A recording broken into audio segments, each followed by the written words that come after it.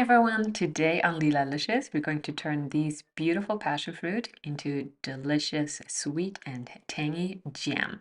And there's so many awesome uses for it I'm going to show you in the end. We had one crazy vine go insane last year. It grew over top of a tree and used that as a trellis. There were so many beautiful flowers and then of course a lot of fruit as well. This variety starts out green and they're pretty large and then turn this red-orange later. I let them vine ripen basically until they fall off, and even then I also let them ripen on the counter a bit longer until the outside skin turns wrinkly. I find that enhances the sweetness a little bit, otherwise they're quite sour. And then because they were on the ground, I always wash them well and twist off the top stem part that also has the dried flower bits still attached, just so that none of that accidentally makes its way into our passion fruit pulp. Now to get to the passion fruit pulp, I recommend cutting a hole or a lid off the top of each passion fruit. That way you can easily scoop it out without any juice loss. If you cut right through the middle of passion fruit, you always end up with some juice spilling onto your counter, and of course that is messy, but also you lose some of this delicious goodness. So instead, do it like I'm showing here. Cut the top lid off in a sense, and then you can see that all of the precious pulp and goodness stays in the bigger bottom half without anything spilling out. Then you can use a spoon to scoop it all into a bowl and collect all of it. Although I have so many passion fruit to use up, this is a small batch recipe, so if you have to buy your passion fruit either fresh or frozen, it still is doable because passion fruit to buy is certainly not cheap. So of these larger red varieties, I need about 6 of them to get 1 cup of passion fruit pulp. Yellow passion fruit is usually a similar size, so there you also need 6. If you use the smaller purple ones, it's probably going to be closer to 12 to get to 1 cup or 250 grams of passion fruit pulp. Now I personally love the light crunch and texture that the seeds give the passion fruit jam, but if you want more of a smooth jelly with no seeds at all, you can run the pulp through a juicer. This will separate the juice and fruit part from the crunchy seeds. Or you can alternatively also use a blender. Just add the fresh passion fruit pulp to the blender, close the lid and pulse just a couple of times.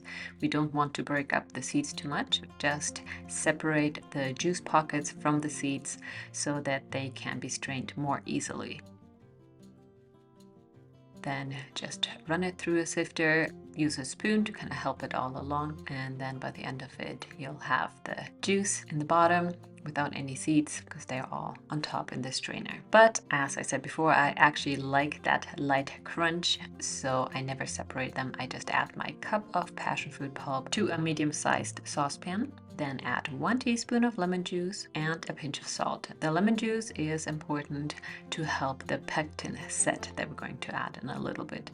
And the salt is just to help balance all the flavors. Next, place the saucepan on your stove and heat it on medium to medium-high until the mixture comes to a boil. In the meantime, we're going to prepare our sugar and pectin mixture. We're going to use 1 cup of sugar, which is 200 grams, so that our sugar to fruit pulp ratio is 1 to 1.25 by weight. Another way to calculate it is that we're adding 80% of the fruit weight in sugar. To that, add 1 teaspoon of pectin powder. I'm going to link a pectin powder source in the description below. Now the pectin powder needs to be well mixed in with the sugar so that it doesn't clump up when we start heating it. And I found that 1 teaspoon of pectin powder is just the right amount to set 1 cup of passion fruit pulp so that the resulting jam isn't too runny, but it's also still fluid enough so it can easily be mixed in some of the uses I'm going to show you in the end.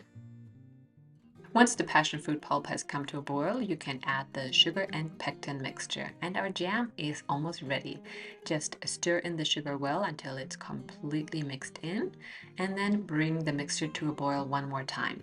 Once it's boiling, turn down the heat to a simmer, and we need to simmer for only about 3 more minutes. During this time, you can give it a stir occasionally just to ensure that the jam doesn't burn or catch at the bottom. Afterwards, take the saucepan off the heat and stir in a 1/4 teaspoon of vanilla extract. The vanilla beautifully complements the tropical flavors of passion fruit. And now we are ready to bottle our jam. This recipe perfectly fits into a 12-ounce jar. That's about the same as 1.5 cups or 350 milliliters.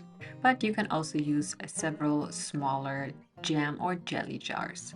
Be sure to clean them well or sterilize with hot water or in the oven. And then fill in the jam and close the lid and screw it on about wrist tight.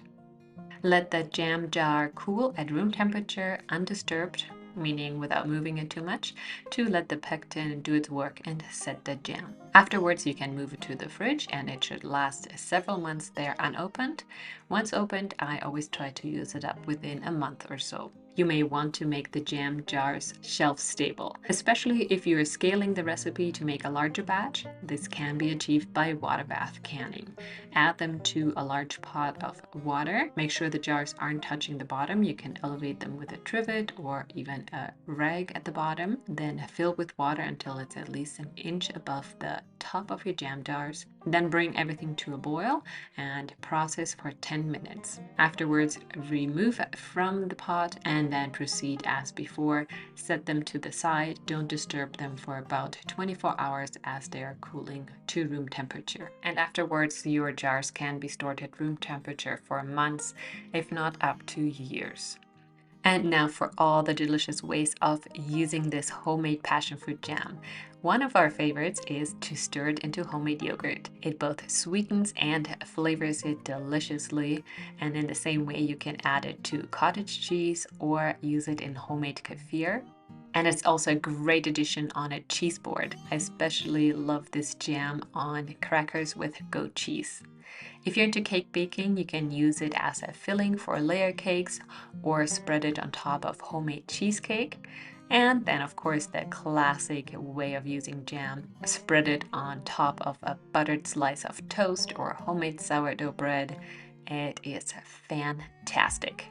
And homemade jam always makes such a great and thoughtful gift idea. We gave away tons of these this Christmas and they were appreciated and loved by everyone.